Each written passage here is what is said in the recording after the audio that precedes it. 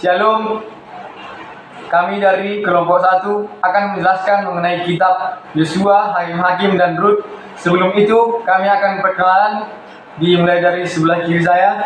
Perkenalkan, nama saya Knisha Nababan. Perkenalkan, nama saya Widya Lumenggau. Perkenalkan, nama saya Irber Putra Sipahutar. Perkenalkan, nama saya Mas Sutio. Kitab yang pertama adalah Kitab Yosua. Kitab Yosua ditulis pada tahun 1400 sampai 1370 sebelum Masehi. Sejarah Kitab Yosua termasuk dalam sastra dalam Alkitab karena berfokus pada pencatatan peristiwa-peristiwa penting dalam sejarah bangsa Israel. Peristiwa tersebut dicatat dan dibagi menjadi beberapa bagian utama yang mencakup berbagai aspek perjalanan bangsa Israel di bawah kepemimpinan Yosua. Pembagian susunan kitab Yosua. Yang pertama, panggilan dan penyeberangan Yordan. Yosua dilantik sebagai pemimpin Tuhan, menugaskan Yosua untuk menggantikan Musa dan memimpin bangsa Israel masuk ke tanah perjanjian.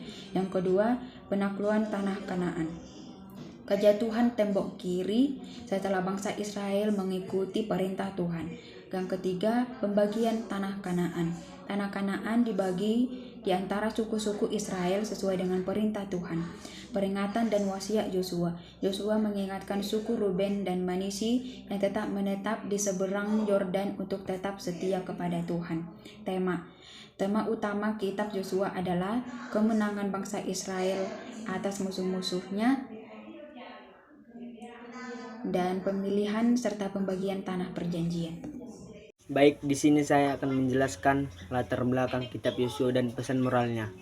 Adapun latar belakang dari kitab Yosua yaitu berhubungan langsung dengan kisah perjalanan bangsa Israel sejak keluar dari Mesir hingga memasuki tanah perjanjian, yaitu tanah Kanaan.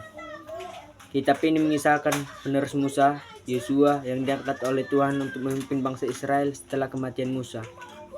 Sebelum kitab Yosua, bangsa Israel berada masa perbudakan di Mesir yang berakhir setelah Tuhan memimpin mereka keluar melalui Musa atau Keluar 12. Setelah itu, mereka mengembara di padang gurun selama 40 tahun karena ketidaktaatan dan kurangnya iman. Ketika bangsa Israel akhirnya siap untuk memasuki tanah Kanaan, Tuhan memanggil Yosua sebagai pemimpin baru. Kitab Yosua mencatat peristiwa-peristiwa yang penting, termasuk penyeberangan sungai Yordan, penaklukan kota-kota besar seperti Yeriko, pembagian tanah kepada suku-suku Israel, serta ajakan Yosua kepada bangsa Israel untuk tetap setia kepada Tuhan.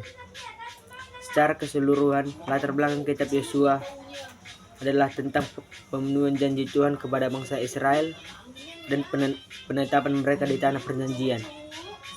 Dengan Yosua sebagai pemimpin yang melaksanakan kehendak Tuhan. Tujuan utama kitab Yosua adalah mencatat pemenuhan janji Tuhan kepada bangsa Israel dengan memberikan mereka tanah Kanaan sebagai warisan. Kitab ini juga bertujuan untuk menunjukkan pentingnya ketaatan kepada Tuhan dalam meraih kemenangan dan berkat, serta mengingatkan bangsa Israel untuk tetap setia kepada Tuhan setelah menduduki tanah tersebut. Adapun pesan dan moral kitab Yosua yaitu yang pertama, ketaatan kepada Tuhan. Keberhasilan bangsa Israel dalam menaklukkan Kanaan tergantung kepada ketaatan mereka kepada Tuhan. Yang kedua, keberanian dan keteguhan. Yosua diperintahkan untuk kuat dan berani. Yang ketiga, pentingnya persekutuan dan tanggung jawab bersama. Pembagian tanah di Kanaan mengajarkan pentingnya kerjasama dan tanggung jawab bersama dalam masyarakat. Yang keempat, Tuhan setia kepada janjinya. Kitab Yosua menunjukkan bahwa Tuhan selalu setia terhadap janjinya dan kita dapat bergantung padanya dalam perjalanan hidup kita meski menghadapi kesulitan. Yang terakhir yaitu mengingat dan menghargai sejarah. Yosua mengingatkan bangsa Israel untuk tidak melupakan perbuatan besar Tuhan dalam kehidupan mereka. Ia mengajarkan kita untuk menghargai sejarah dan mengingat bagaimana Tuhan atau kehidupan telah membimbing kita.